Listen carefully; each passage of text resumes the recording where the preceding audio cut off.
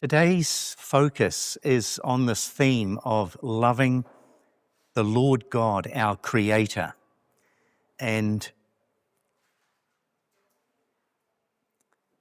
the worldview debates on how the world got here are hugely impacting on us all the time and the next generation, the kids that are growing up. And by strengthening our understanding of the debate, the issues, and particularly the evidence for intelligent design and the argument for supernatural causation rather than a big subatomic cosmic bang billions of years ago and blind, brainless chance being behind the formation of everything is really vital. So let's dig into day 5 of the Genesis chapter 1 narrative. And the focus for today is going to be part 1 of that day, looking at marine life in particular. So, if you've got your snorkel and your goggles and your flippers, put them on, test the airflow, adjust your goggles, and let's dive in. Once again, we've got to go back in time. And by the way, Zach, if you could just knock the lights on that middle row, that'd be much appreciated. Thank you. We're going back several thousands of years from a biblical perspective on the creation account. And in Genesis chapter 1 and verse 20, so if you've got your Bible or your app open, you might like to join us. It says, "And God," and the Hebrew word there is Elohim, "said." Now, this idea of God saying something is a verb, but it's in the third person masculine singular form of the verb. So although the word God is plural, the verb relating to that person is singular because it's reinforcing that a single divine person and being engaged with this bringing into existence of an abundance of the moving creature that has life. Now, the word life there is particularly important in this sequential development of creation. This is the first time that this word in the Hebrew language, which is nephesh, comes in, and it's about active, living, breathing creatures. And it has significance to us as humans as well. But as we just get our focus, we've got to realize that just over 70% of the entire Earth's surface is actually covered in water. A variety of, oceans and freshwater lakes and rivers and so forth. It's an extraordinary, significant amount of the Earth's surface, and God is engaging on day 5 with the creation of the living beings within this vast quantity of water. Now, if we, as I mentioned, go to the Blue Letter Bible, for example, and look at the Hebrew parsing, you can see what I mentioned there about the word Elohim and this verb followed here, which is in the third person masculine singular form of that verb. So I'm not just making this up. You can search this out yourself online if you want to, or if people challenge you on this account. Go to the Hebrew text and it will strengthen your understanding. This mention of the imperfect tense here is that it's an ongoing, continuous action. What God created on day 5 didn't stop at the end of day 5, nor any of the other days. His creation commencement was indeed a commencement. It wasn't like a marathon where you finish and it's over.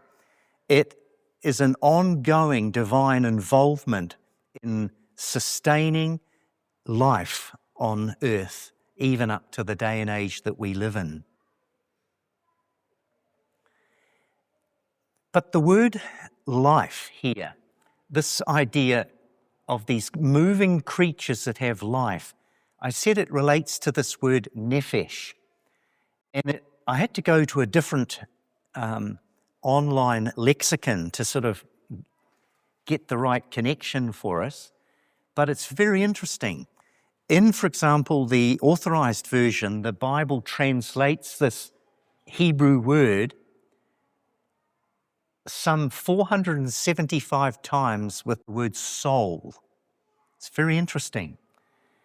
And creature is the translation about 9 times, and it has incredible applications to the life that you and I also experience. Obviously, there are differences between the marine creature's life and our life, but I can imagine the journey to do the half marathon today took a lot of nephesh, life, and soul and energy to not only participate, but congratulations, I heard through the grapevine, someone won.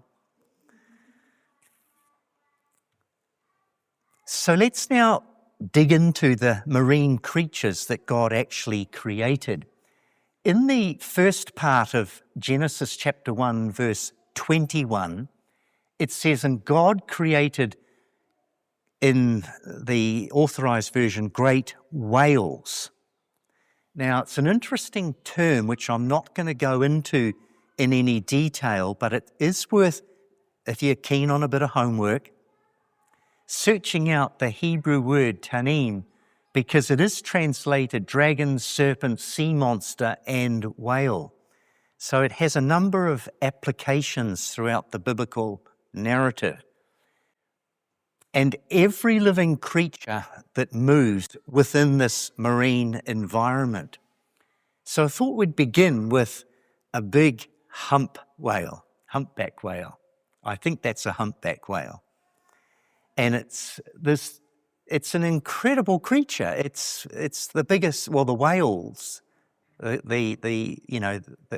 biggest ginormous animal on earth is the whale today. And it says in the end of that verse, "And the waters brought forth abundantly." And notice this key word, "after their kind." And God saw, he evaluated it, and it wasn't just ho-hum, it wasn't, a bit of a mistake. It was high qual. It was good. Now, we're going to explore this idea of whales and marine life and after their kind, because it's very important that we have the ability to engage with debate from the other worldview perspective, the atheistic worldview perspective, which says everything got here by natural selection and genetic mutation and those sorts of processes.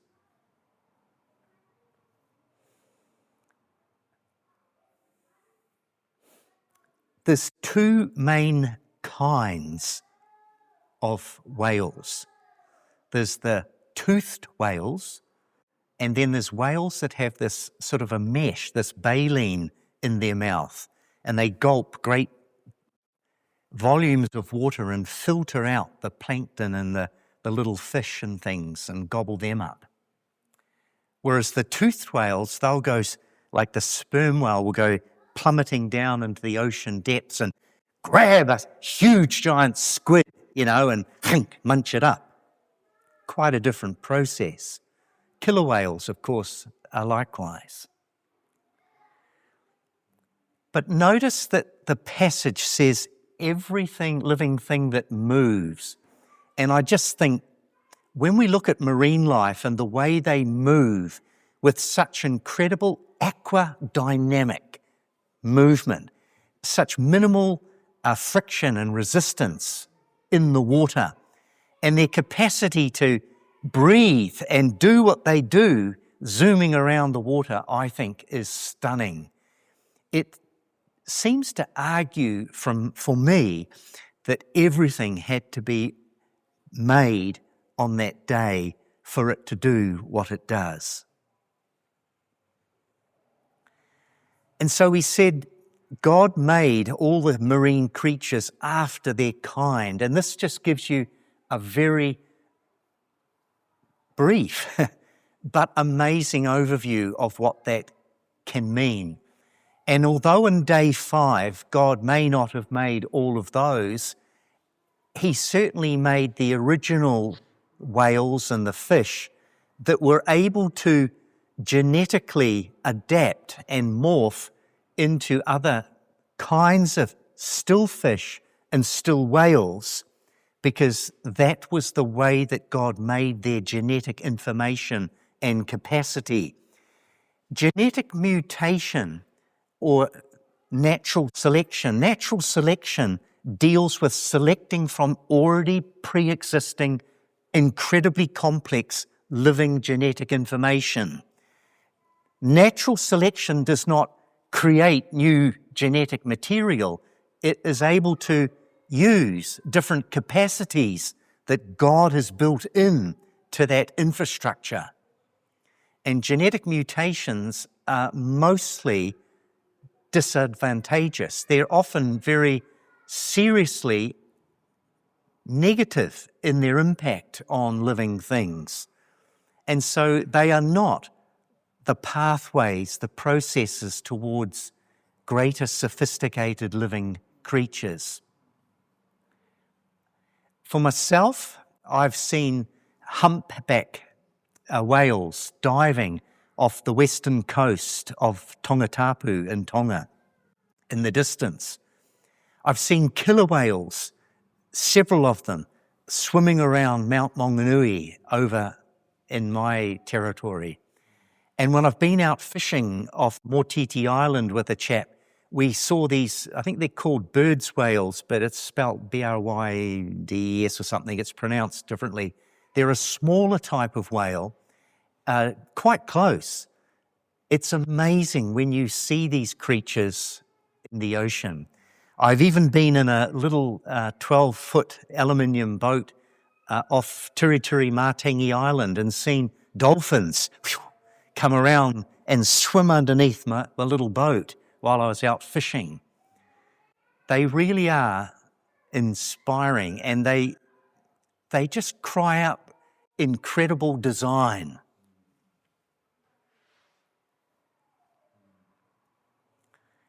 So this is to empower us as well as growing in our love of God. It's empowering us to be able to share effectively our faith and the gospel of a creator God with folk who don't see this yet. And so this idea of their kind allows for selection of existing genetic information. That's why we've got the variety after their kind.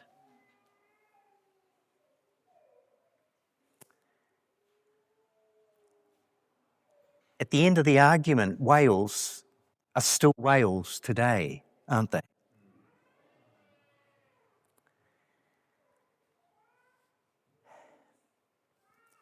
Now, sometimes it's helpful to inform us of what the other arguments are.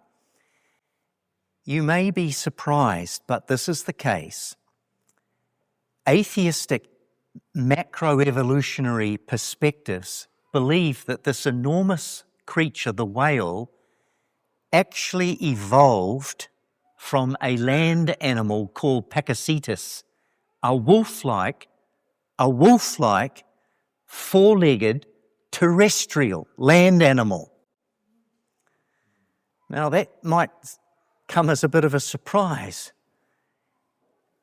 Normally we're told,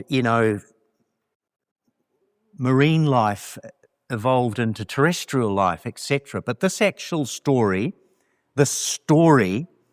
goes the opposite direction, where this creature, Apacacetus, became sort of amphibious somehow and then morphed into these other creatures, eventually giving rise to the great big chunky whale. Now, I don't believe that. I don't think it's rational. It's clothed in a lot of storytelling under the guise of paleontology and science and things like this. But I want you to be able to be informed that the debate is quite hot on this. If you're interested in looking into it further, there are some Answers in Genesis website. There's a YouTube presentation on it and an article within fairly recent years. And I'm not endorsing everything from AIG, but they do engage with some very useful current scientific debates on these issues that help strengthen our faith and our confidence in the biblical narrative that God created. He intelligently, all-powerfully brought these things into existence. And what I found interesting was an article in 2001, they finally discovered a full skeleton of Pakicetus, and it turns out that it is a terrestrial animal, not an amphibious transitional creature. It's not a missing link.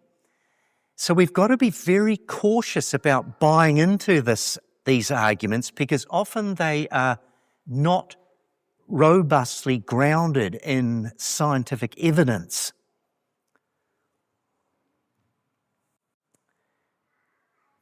One of the strongest arguments from the atheist perspective for the evolution of whales from terrestrial animals is that they have these pelvic bones at the back of their bodies. And these pelvic bones are claimed to be remnants of, terrestrial creatures that walked on the ground. But more recent studies have found that these pelvic bones are actually far from evidence of evolving from land creatures, are actually essential for whale reproduction, where they mate. So it's not evolutionary evidence of hind legs. It reinforces intelligent design and purpose for the survival of the whale kind.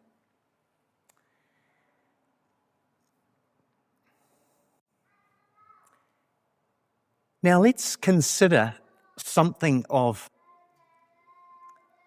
what I think is an incredibly compelling argument for intelligent design within the dolphins. And as you look at these creatures whizzing through the water, it blows your mind at how aquadynamic they are, doesn't it?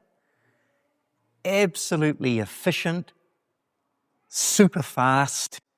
And of course, these are air-breathing mammals. They have to come up to the surface and some air in and process that and then keep swimming under the water.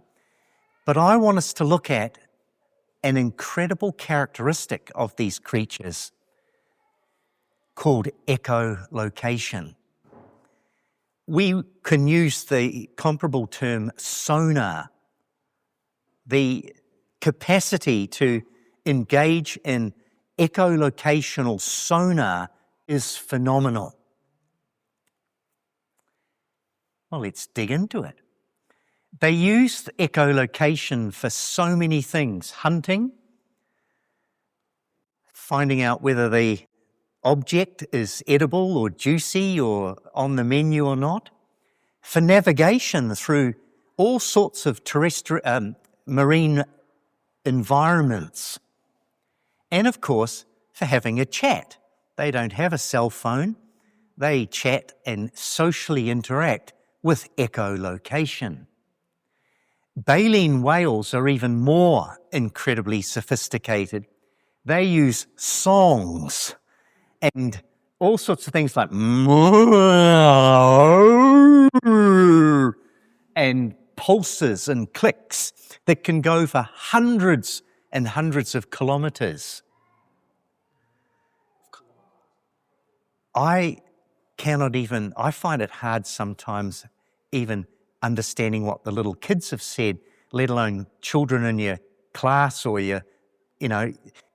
even in conversation it can be difficult. You imagine how clever these dolphins are. We use Google Maps, don't we, to navigate now? Dolphins don't have maps. They don't have those sophisticated things that we rely on, but they have an incredibly sophisticated tool called echolocation. Now, is it likely that echolocation could evolve by chance, by a non-intelligent, I use the term brainless, process over billions of years? Blind, unpurposed, undirected, because natural processes don't have a brain behind it, don't have a person behind it, they can't see in the future or see a goal to reach. It's blind. You imagine trying to cook some food. Sharon or Cheryl or Tess or Steph, you'd imagine trying to cook in the kitchen with your eyes closed. Try and make something like a yummy cake or some lovely nourishing food with switching off your brain. It's not going to happen. Let's dig into it a bit deeper. These echolocation pulses, they can travel in the marine environment 4.5 times faster than in air. Sound actually travels whoosh, way faster than in the atmosphere. And incredible speeds, 1.5 kilometres. Now you imagine running at 1.5 kilometres per second. You got a long way to go. But here's some gleanings from an article. And one of the ways we can empower our testimony and our faith sharing is by doing a bit of homework on these topics. This article highlighted these things. For example, dolphins generate sounds ranging from 1 to 150 kilohertz. Now, I had to look up what that was, but a kilohertz is 100 cycles per second. And they can adjust they can make higher pitch echo sounds and they can have lower pitched echo sounds. It's incredibly flexible and dynamic depending on what they're focusing on. Humans, by the way, we're limited to about 20 kilohertz of sound reception and generation. In a nutshell, these dolphins are way above us in this regard. Not just a little bit, but incredibly, as mammals living in the sea. Not only that, they create these sonar clicks using, and this is the language in the article, specialized structures called phonic lips. And I'll show you shortly a diagram. These little lips are able to create these sounds. They then not only create the sounds, but they focus the sound They can concentrate the sound through what's called a melon in their head. And the melon is a lens-like structure filled with specialized fats. Now, hang on. This language is describing something incredibly sophisticated.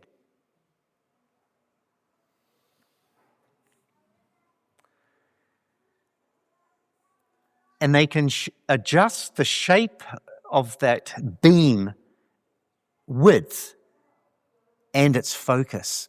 So if they see something juicy to eat, they can zoom in on it. They can, if there's nothing much happening or they're looking at navigation, they can just broaden the clicks that go out. But sending clicks out is only part of the problem. What's the next big problem that they have? They've got to receive these things. So I can go click, click, click, click, click. Let's try that again.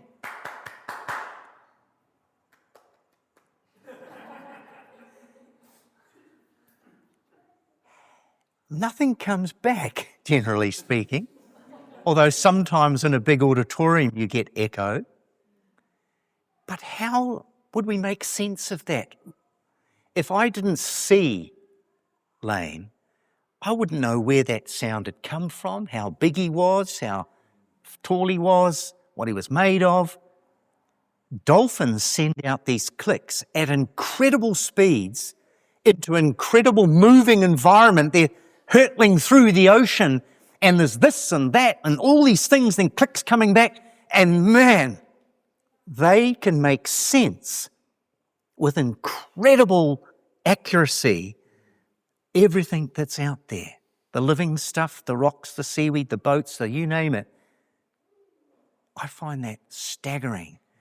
And it has to be done so fast because the fish are moving and the dolphins are moving and everything's moving. And how on earth do you zero in and go, munch on that little mullet or that kingfish that you were after?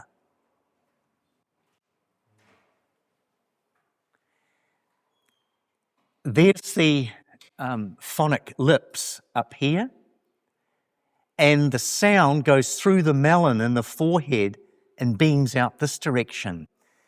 But this blew me away. We have ears to receive the noise. They don't have that.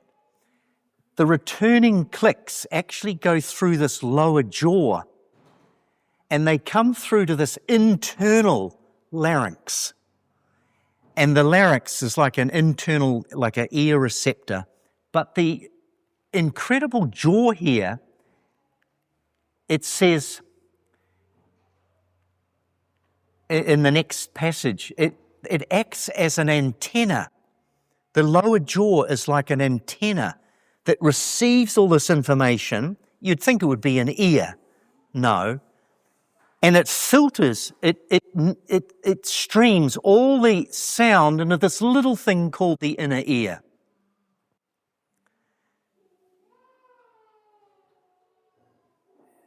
Does that blow you away? My jaw can't receive anything other than when it gets smacked. You go, well, I shouldn't have gotten to that fight.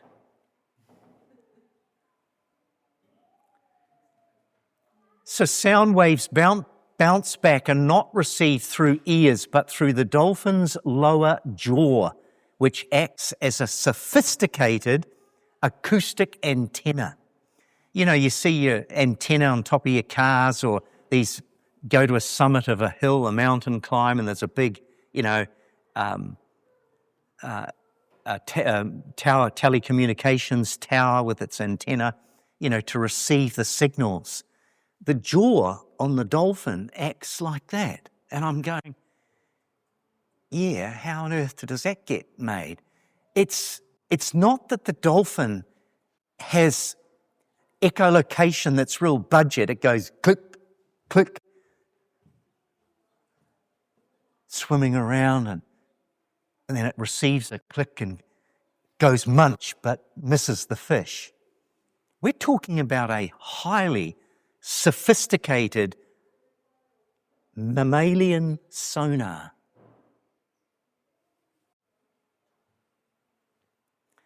And these vibrations, they go through specialized fats to the inner ear where they're then processed. And all of this processing has to take place in such quick speed in order for it to then activate muscles, munch, tail, woomph. It's mind-boggling. I mean, you know, Vaughan's been on this great big digger chipping away at a hillside, and it's, you know, and he moves the gears and all the rest of it, and it's doing a good job.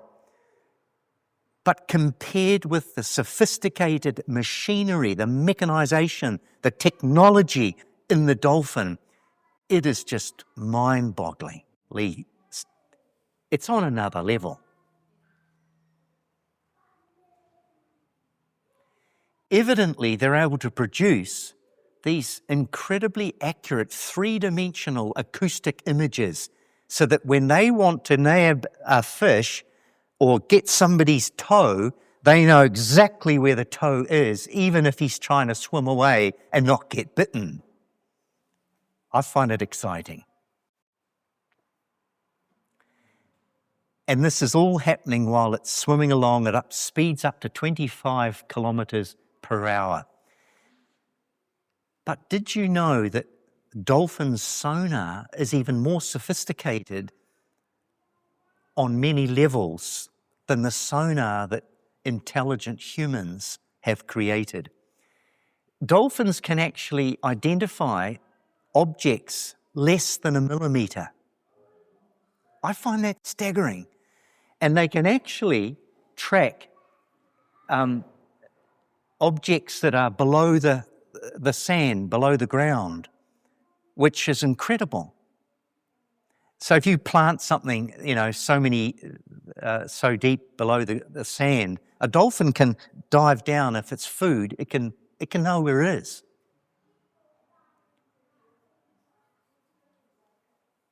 I find it an incredible argument for God created whales and their kind. Maybe you can share this with somebody on the street, or when you meet somebody, share the gospel. How did they develop it? Because human sonar was only invented between the years of 1906 and 1918. It was not invented overnight. It took quite a few years. Highly intelligent people within the naval forces of different countries to develop a system where they pump these sound waves into the ocean to detect mines or submarines and so on. Dolphins have been doing this for millennia, long before humans intelligently, with eyesight and brains, developed sonar for naval systems. I find this staggering.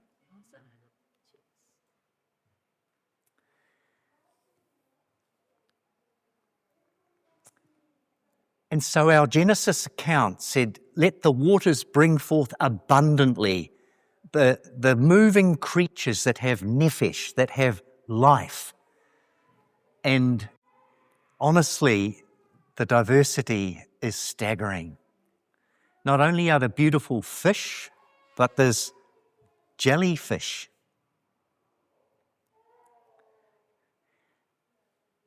There's enormous manta rays, and my oldest daughter, she is a qualified diver, and on one of her recent expeditions diving, they saw a manta ray.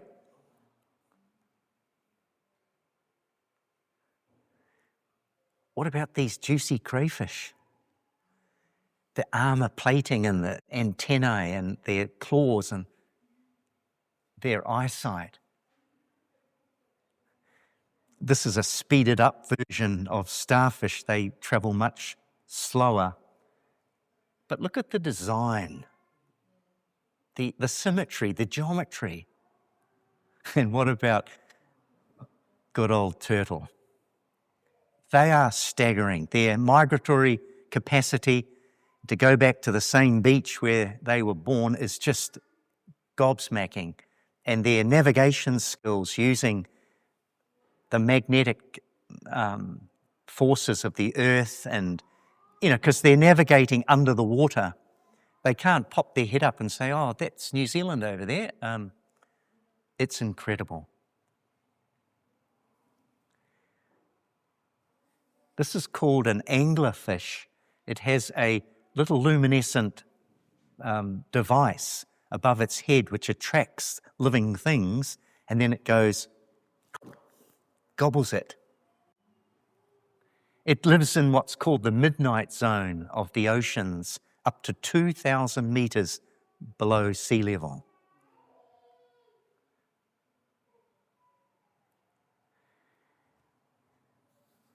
You might like to look at this passage in 1 Corinthians chapter 15 and verse 39. It says, all flesh is not the same flesh,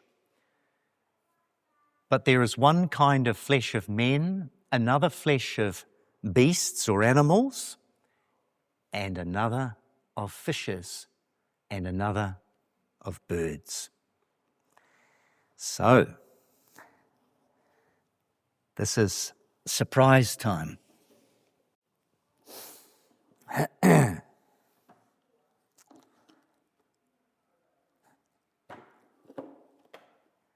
I wonder what's in the chili bin. No, that's no good. Ice packs. Oh.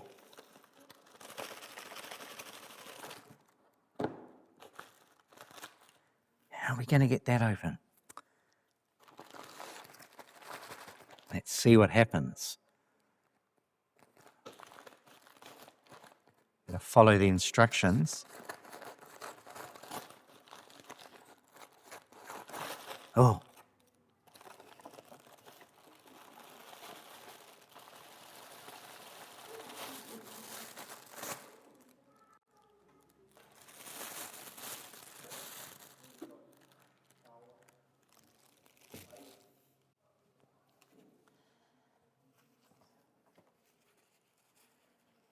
I want you to actually get up close to one of these marine creatures.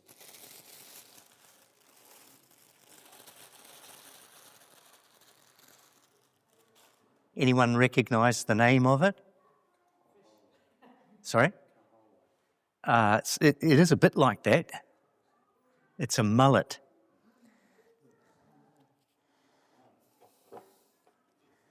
And when we look at this creature, you'll notice the scales and how it's like armour plating, and the scales are movable and flexible, allowing movement. But the scales also protect the fish, not just from attack, but from microorganisms and things. And they are so smooth. As I pass it around, I want you to feel how smooth they are, and even you might like to pick one off just to appreciate the incredible design involved in scales. I want you to look at the fins and the eyes. Fish's eyes are incredible. They can see underwater way better than you and I. We have to stick our goggles on. And I want you to pull back the covering of the gills and actually have a look inside at these amazing organs that allow it to and breathe. So, who would like to begin by touching our fishy example? There you go. And remember to touch it. You've got to feel it, not just look at it. Give it a stroke, Mum. No. Feel smooth.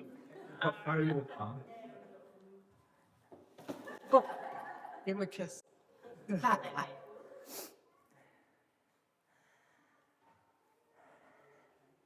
Stick your finger in this patch of Can you tell me what it smells like?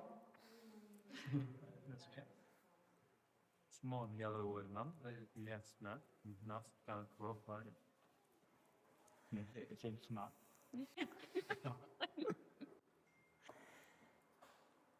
So we'll explore this theme of marine creatures further on Tuesday night's Bible study discussion. But I thought this would be a lovely way to conclude our time together.